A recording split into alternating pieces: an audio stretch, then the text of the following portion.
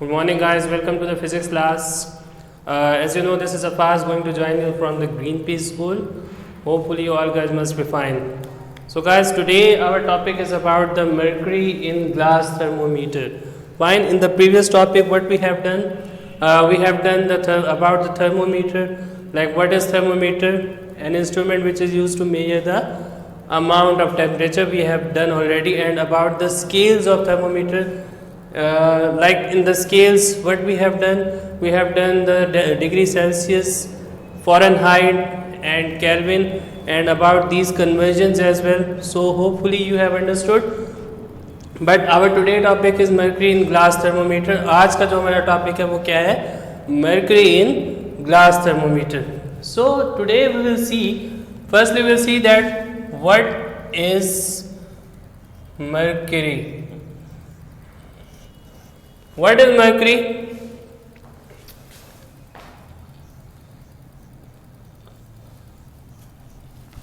It is an element. Find its chemical name is Hg. And what stands for Hg?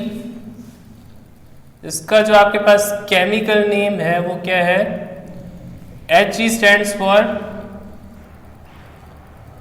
hydrogen. Fine. And what is the meaning of hydrogen?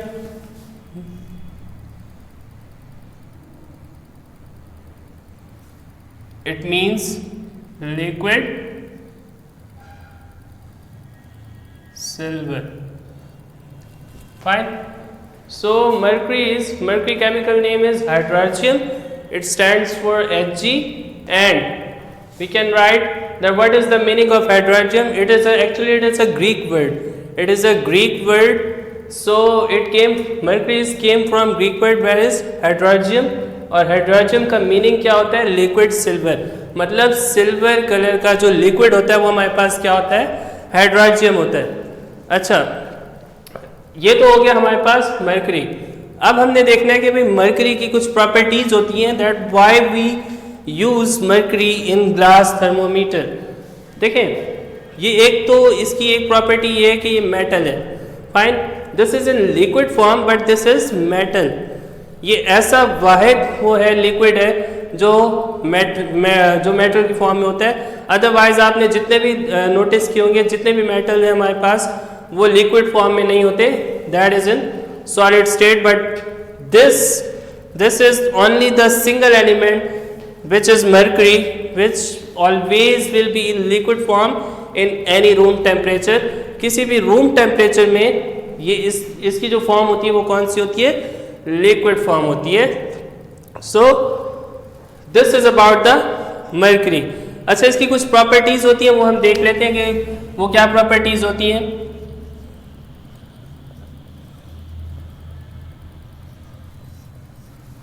First property that is it is visible. सबसे पहली property क्या होती है? कि visible होता है. Visible का मतलब क्या होता है? कि किसी भी चीज़ को आप देख सकें, कोई भी चीज़ आपके सामने वाज़े हो, आप उसको अंडरस्टैंड कर सकें. सो that is the meaning of visible. Visible means you can easily C. So visible मतलब कैसे है? यहाँ पे आप मरकरी को इजीली आप यहाँ पे देख सकते हैं because its color is liquid silver. So you can easily identify that which temperature is going on right now. So that's why it is visible. सबसे पहली जो इसकी प्रॉपर्टी है वो क्या है? विजिबल है. So next property is that is uniform expansion. Expansion means if any material or any liquid is going to be expand का मतलब फैल जाना. तो इसकी जो expansion है वो क्या है? uniform means same. Like if I am giving a temperature 15 degrees Celsius, its expansion is like that. So again, if at same temperature, if I will notice, so same expansion will be there. There will be no difference. यहाँ की expansion और यहाँ की expansion में same difference होगा. अगर यहाँ पे इसने इतना एक्सपेंशन दिखाई तो यहाँ पे भी इन्होंने जो है इतनी एक्सपेंशन नजर आएगी आपको. सो you will see that at a same temperature it's expansion will B same. Like if its expansion is from here till here, so obviously will the same distance will be here, like expansion not will be over. Fine. Expansion जो है इसकी क्या होगी, ज़्यादा नहीं होगी. किस वक्त तक, जब तक आप उसको सेम टेम्परेचर से अलावा कोई और टेम्परेचर नहीं देंगे. अगर हाँ आप लोगों ने टेम्परेचर चेंज कर दिया, so obviously it's expansion will be change. May be it will go up और may be it will go down. It's up to the temperature. But at constant temperature, it means if you are giving a constant temperature, if you are giving a same temperature, it means so its expansion will be same. जो इसकी expansion है वो क्या रहेगी, same रहेगी. So this is the meaning of uniform expansion. And the third point is it have small specific heat. इसका जो third point है वो है हमारे पास इसकी जो स्पेसिफिक हीट होती है वो वेरी स्मॉल होती है. Now the question is that what is specific heat. Let's suppose if one temperature is 16 degree and we have to move on 17 degree. So देखें 16 डिग्री से 17 डिग्री तक, 16 डिग्री से 17 degree तक हमें जितना हीट रिक्वायर होगी, मतलब जितनी अमाउंट ऑफ हीट की रिक्वायरमेंट होगी, that is known as specific heat. इसमें हमें ये फायदा होता है कि स्पेसिफिक हीट पे जो एक्सपेंशन होती है सेम रह जाती है, मतलब एक्सपेंशन जो है हमें उसमें कोई डिफरेंस नजर नहीं आता. So that's why it has small specific heat. Its fourth property is glass will not melt. Like if at any temperature mercury level goes up,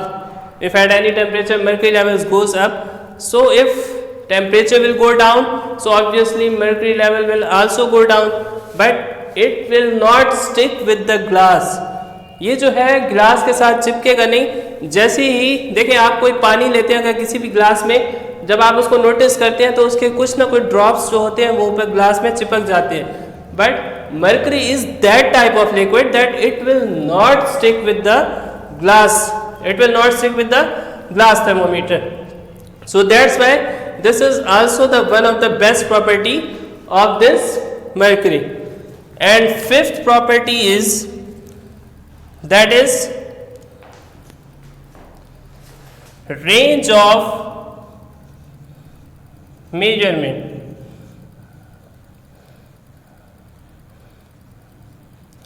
Range of measurement means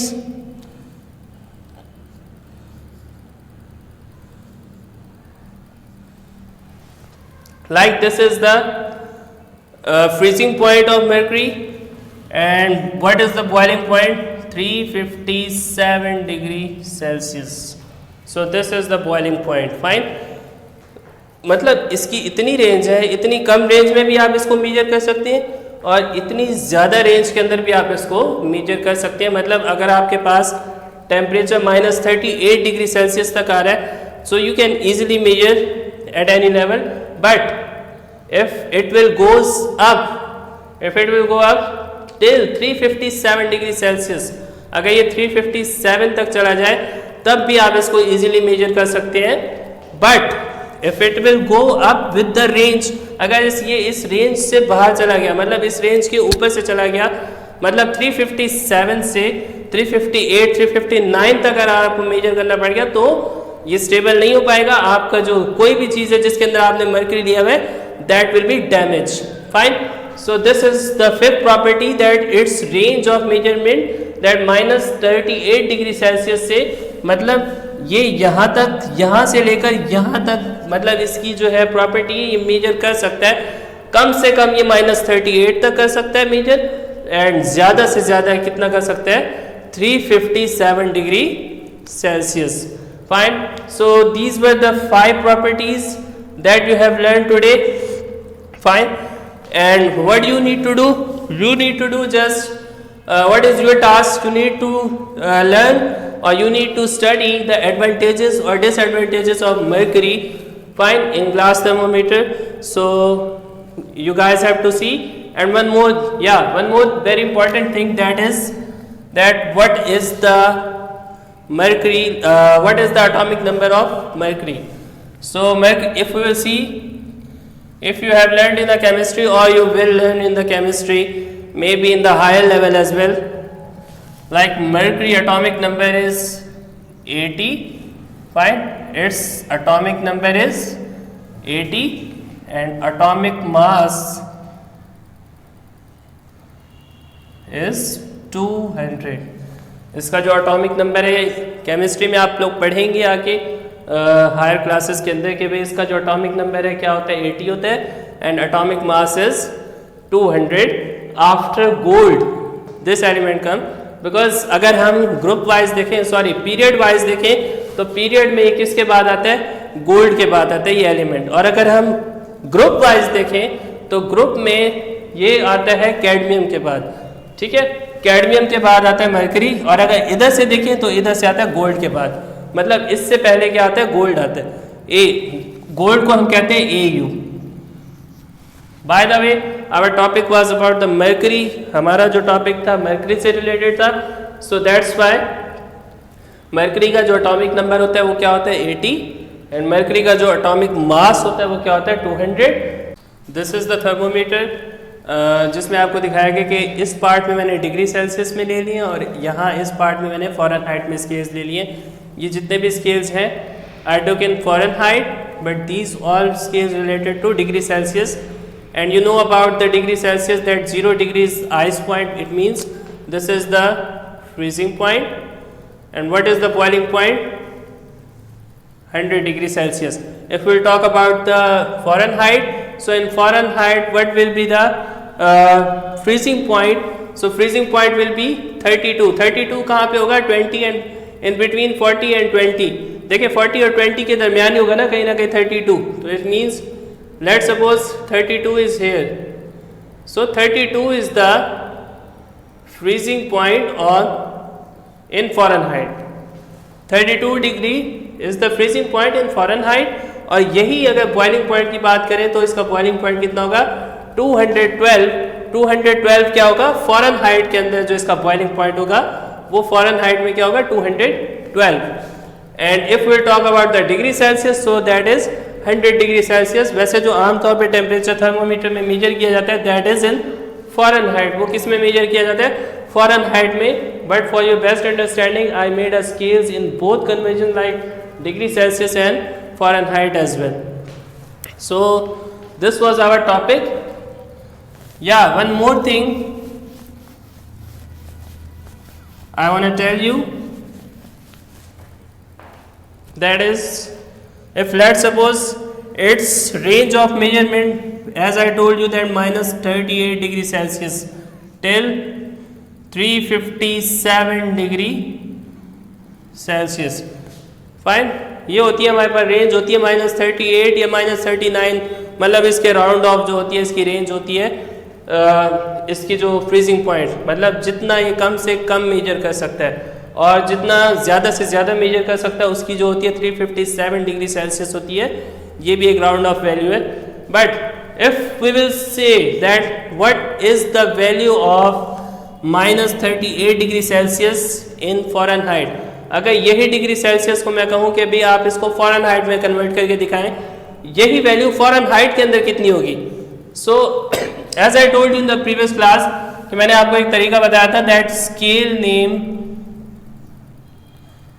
minus freezing point upon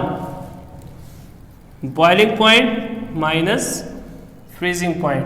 fine, this thing you have done.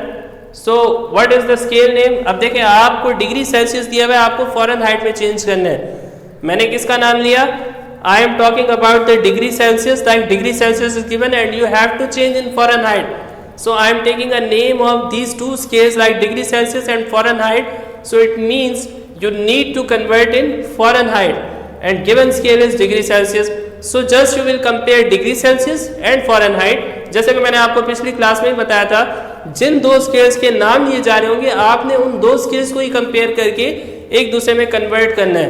अगर आप degree Celsius से Fahrenheit में जा रहे हैं तो उसका formula निकाल लेना है, और अगर फ़ारेनहाइट से डिग्री सेल्सियस में जा रहे हैं so you will make the formula for degree Celsius. So same in this way I will just write like C degree minus what is the freezing point in degree Celsius, वो होता है 0, and what is the boiling point in degree Celsius 100 minus 0, fine, equals to, now because we have to change in Fahrenheit तो हमें next वाला जो लेना है वो क्या लेना है, फ़ारेनहाइट वाला। तो हम लेंगे F scale name minus freezing point. Fahrenheit के अंदर जो फ्रीजिंग पॉइंट होता है वो कितना होता है, दैट इज 32 अपॉन 212, इसका बॉइलिंग पॉइंट होता है minus 32, fine.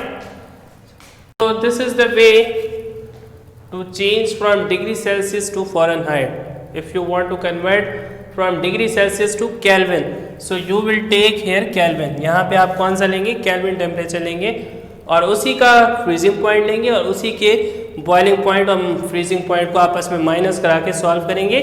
And further things you need to shift है, यहाँ पे आप शिफ्ट करेंगे, उसके बाद आपकी जो वैल्यू आएगी वो किस में होगी, केल्विन में। So this was our topic, ये हमारा टॉपिक था mercury in glass thermometer, but this is the additional thing.